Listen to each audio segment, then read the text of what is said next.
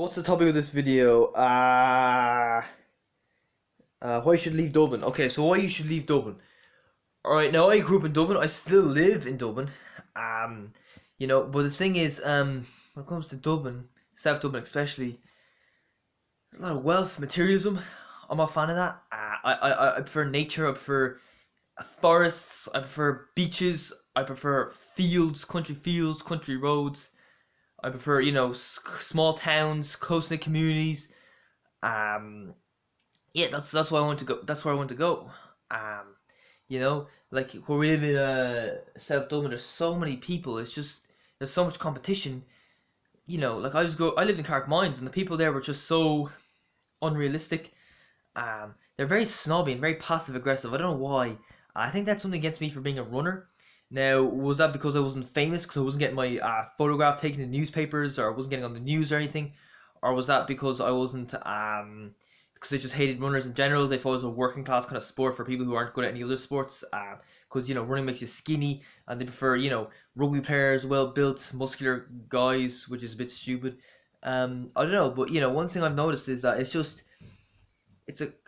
it's a very cold, harsh place if you're not amazing, if you're not viewed as being special, because that's the thing. They're expected to be special. You expect to do something amazing with your life, if you know what I mean. And I haven't done that.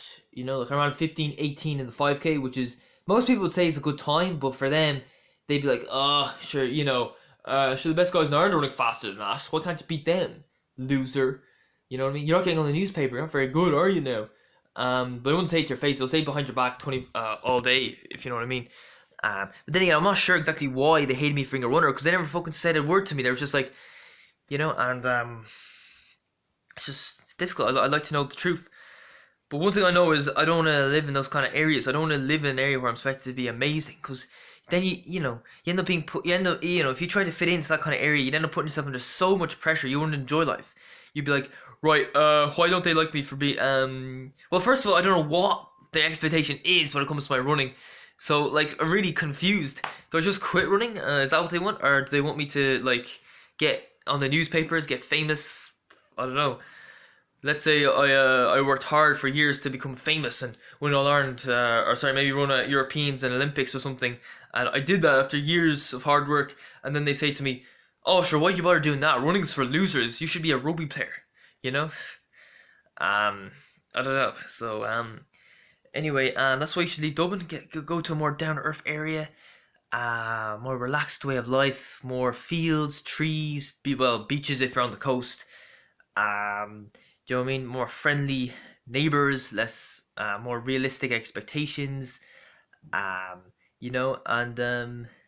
that's the thing. I've been told that people who live in smaller towns have more realistic expectations. Like I went for a bike ride down to Wicklow town. This was probably about 6 months ago. When you weren't allowed to go any more than 5 kilometers from your house, but I was like, feck it, I'll just go to Wicklow town. It's only slightly outside the 5K radius. I went down there. It was dead quiet. I think it's because this was like in the early stages of coronavirus. People were terrified. I remember I blew my nose like that at the street, and some old woman saw me. I was like, oh, she walked away. She turned around and walked away. She's like, oh Jesus, you could have coronavirus. I gotta get away. Do you know what I mean? And so yeah, Wicklow town, like what are most of the jobs there? Like retail work, there's like a Tesco, SuperValu, Lidl, Sports Direct. I'd say those four places probably provide half the jobs in the town. Do you know what I mean? I'm sure there's a guard station, there's guards working there, possibly. Probably schools, teachers working there. I think there's like a pharmacy on the main street. But, for the most part, I would say, people who work there have lower paid jobs. If you go up there in a place like Wicklow town, becoming a manager at a retail store is probably seen as a good achievement, alright? Now, that's the one thing. When I got a job at Tesco in Pierce Street, one of the guys said his term goal was to become, or was this Pierce Street? This was Pierce Street. He said his long-term career goal was to become a manager at Tesco. And I'm like, what? You want to stay here? Really? He was from Drimna, so, it's more working class there. They've lower expectations, so that's the thing. And but I learned that there's nothing wrong with that. So if he becomes a manager, people say, oh, well done, you did very well with yourself. But if you're saying in your 30s and you're a store manager at Tesco and living in Carrick Mines, people look at you and think, oh, no ambition, you know. You know, you're only making like, what, 50, 60 grand a year. Why don't you make 200,000 and become a millionaire by the age of 30 or something, you know? And that's just the way they are. It's ridiculous.